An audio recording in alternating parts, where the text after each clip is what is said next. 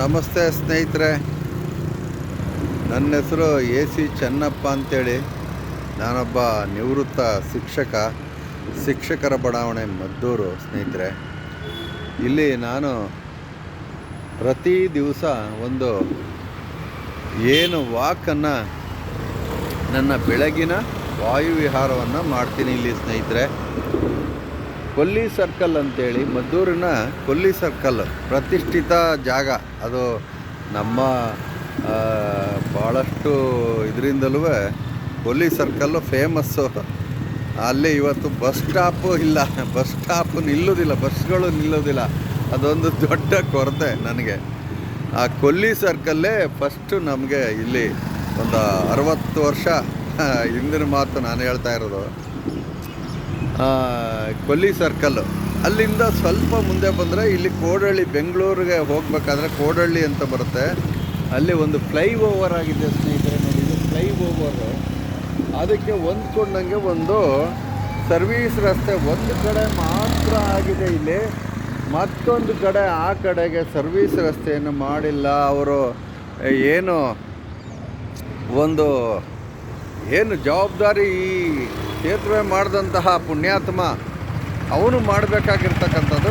ಎರಡೂ ಬದಿಯಲ್ಲಿ ಏನು ಫ್ಲೈಓವರ್ ಹೋಗಿದೆಯಲ್ಲ, ಇದು ಎರಡೂ ಬದಿಯಲ್ಲಿ ಸರ್ವೀಸ್ ರಸ್ತೆ ಕೊಟ್ಟು ಇಲ್ಲಿ ಸೇತುವೆ ನಿರ್ಮಾಣ ಮಾಡಬೇಕಾಗಿರೋದು ಅವರ ಧರ್ಮ, ಕರ್ತವ್ಯ. ನೋಡಿ, ಮೊನ್ನೆ ನಾನು ಇಲ್ಲೊಂದು ವಿಡಿಯೋ ಮಾಡಿ ನಮ್ಮ ಪುರಸಭೆಯವರಿಗೆ ಅದು ತಲುಪುವಂತೆ, ನಗರಸಭಾಧ್ಯಕ್ಷರಿಗೆ ತಲುಪುವಂತೆ ಮಾಡಿದ್ದೆ ಸ್ನೇಹಿತರೆ. ನಿಜವಾಗ್ಲೂ ಅವ್ರಿಗೆ ಕೃತಜ್ಞತೆಯನ್ನು ಹೇಳೋಕ್ಕೋಸ್ಕರ ನಾನು ಈ ವಿಡಿಯೋ ಮಾಡ್ತಾಯಿದ್ದೀನಿ. ಮೇಡಮ್ನವ್ರಿಗೆ ಭಾಳ ತುಂಬ ಹೃದಯದ ಧನ್ಯವಾದಗಳು. ಯಾಕೆ ಅಂತಂದರೆ ಇಲ್ಲೆಲ್ಲ ತುಂಬ ಕಸ ಎಲ್ಲ ಇತ್ತು. 2 JCB ತರಿಸಿ ಮೊನ್ನೆ ತಾನೇ ಇಲ್ಲಿ ಒಂದು ಸ್ವಚ್ಛತೆ ಕಾಪಾಡುವಂತೆ ನಿಜವಾಗ್ಲೂ ಮಾಡಿದ್ದಾರೆ. ನನಗೆ ಭಾಳ ಖುಷಿ ಇದೆ. ನಾನೊಬ್ಬ ನಿವೃತ್ತ ಶಿಕ್ಷಕ, ನನ್ನ ಮಾತಿಗೆ ಇಷ್ಟೊಂದು ಬೆಲೆ ಕೊಟ್ಟಿದ್ದಾರೆ ಅಂದರೆ ನಿಜವಾಗ್ಲೂ ಸ್ನೇಹಿತರೆ ನಾನು ನಿಜವಾಗ್ಲೂ ಆಭಾರಿ ಅಂತ ಹೇಳ್ತೀನಿ. ಏನೋ ಇಲ್ಲಿ ಬಂದು ಎಲ್ಲನೂ ನೋಡಿ ಎಷ್ಟು ಚೆನ್ನಾಗಿ ಈ ಕ್ಲೀನ್ ಮಾಡಿದ್ದಾರೆ. ಆದರೆ ಮುಂದಿನ ಕಾರ್ಯಕ್ರಮ ಒಂದು ಸಾಮಾಜಿಕ, ನಮ್ಮ ಸಮಾಜದಲ್ಲಿ ಬರುವ ಆ ಜನಗಳು ಇಲ್ಲಿ ಮತ್ತೆ ಕಸವನ್ನು ತಂದು ಹಾಕಬಾರ್ದು.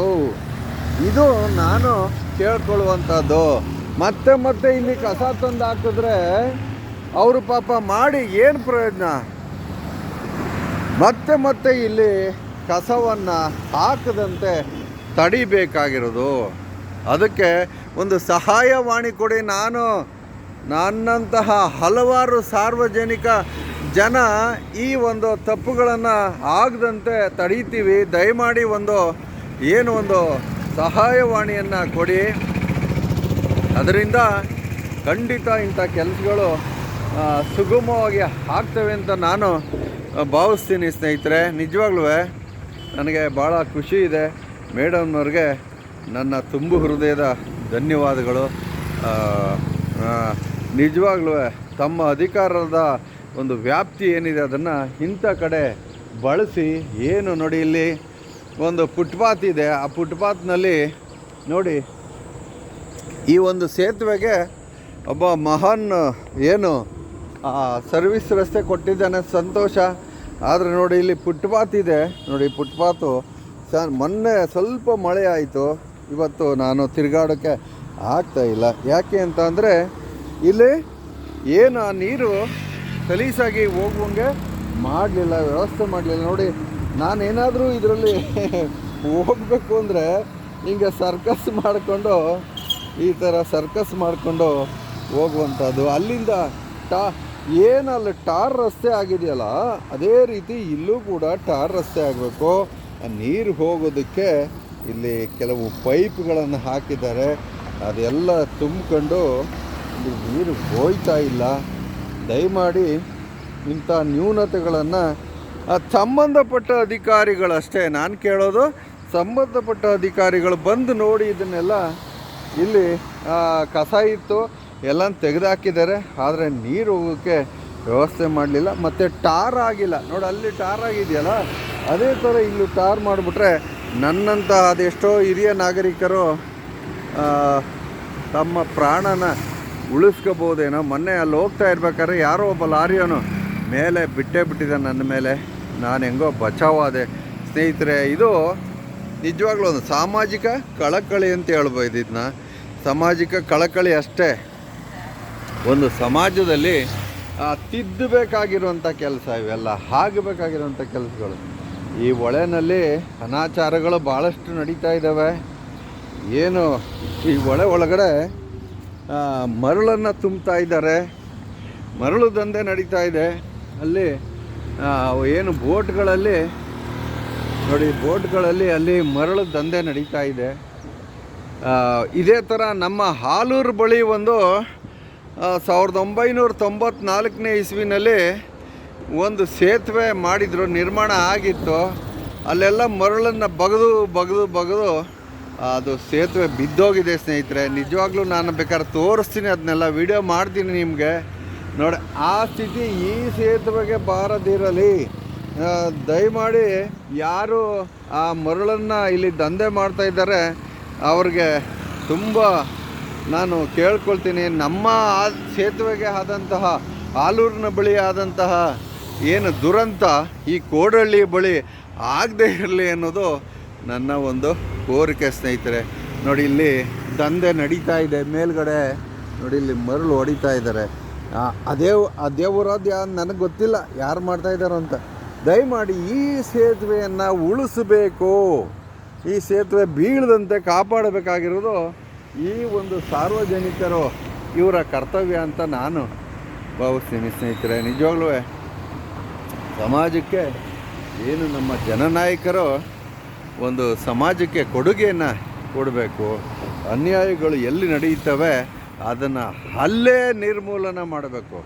ನಮ್ಮ ಕಣ್ಣೆದುರಿಗೆ ನಡೆಯೋ ಅನ್ಯಾಯಗಳನ್ನು ನಾವು ತಡೆಯೋಕ್ಕೆ ಆಗ್ತಾಯಿಲ್ಲ ಸ್ನೇಹಿತರೆ. ಇವತ್ತು ನಿಜವಾಗ್ಲೂ ಇದು ದುರಂತ, ಈ ದೇಶದ ದುರಂತ ಅಂತ ಹೇಳಬೇಕು. ಏನು ತಮ್ಮ ಕರ್ತವ್ಯಗಳನ್ನು ತಾವು ಮಾಡ್ಕೊಂಡು ಹೋದರೆ ಸಾಕು. ನನ್ನ ಕೆಲಸ ಏನಿದೆಯೋ ಅದನ್ನು ನಾನು ಅಚ್ಚುಕಟ್ಟಾಗಿ ಮಾಡಬೇಕು. ಅಧಿಕಾರಿಗಳೇ ಇರ್ಬೋದು, ಮಿನಿಸ್ಟ್ರುಗಳೇ ಇರ್ಬೋದು, ಇನ್ಯಾರೇ ಇರ್ಬೋದು, ಅವರವರ ಕರ್ತವ್ಯವನ್ನು ಪ್ರಾಮಾಣಿಕವಾಗಿ ಮಾಡಿ ಸಮಾಜವನ್ನು ಒಳ್ಳೆಯ ದೃಷ್ಟಿಯಲ್ಲಿ ತಗೊಂಡು ಹೋಗಬೇಕು ಅನ್ನೋದು ನನ್ನ ಒಂದು ಮೂಲ ಉದ್ದೇಶ. ಸಮಾಜ ಸೇವೆ ನನ್ನ ಮೂಲ ಉದ್ದೇಶ ಸ್ನೇಹಿತರೆ. 3 ವರ್ಷ ಆಗಿದೆ, ರಿಟೈರ್ಡ್ ಆಗಿದ್ದೀನಿ.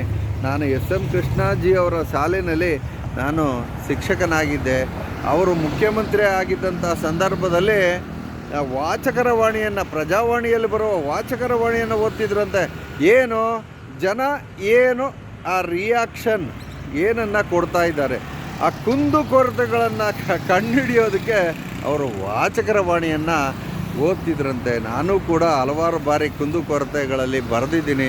ನಾನು ಒಬ್ಬ ಬರಹಗಾರ. ಭಾಳಷ್ಟು ಪತ್ರಿಕೆಗಳಲ್ಲಿ ಪತ್ರಕರ್ತರು ಎಲ್ಲ ಸ್ನೇಹಿತರು ಇದ್ದಾರೆ ಸ್ನೇಹಿತರೆ. ನಿಜವಾಗ್ಲೂ ಇಂಥ ಒಳ್ಳೆಯ ಕೆಲಸ ಆದದ್ದು ನನಗೆ ಭಾಳ ಖುಷಿ ತಂದಿದೆ ಇವತ್ತು. ಅದೇ ರೀತಿ ಇದನ್ನು ಕೂಡ ನಮ್ಮ ಜನನಾಯಕರು, ಜನಪ್ರತಿನಿಧಿಗಳು ದಯಮಾಡಿ ಇಲ್ಲಿ ಟಾರನ್ನು ಮಾಡಬೇಕು.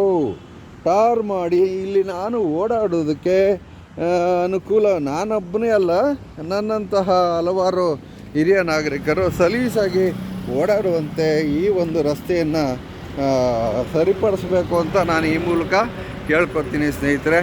Thank you so much.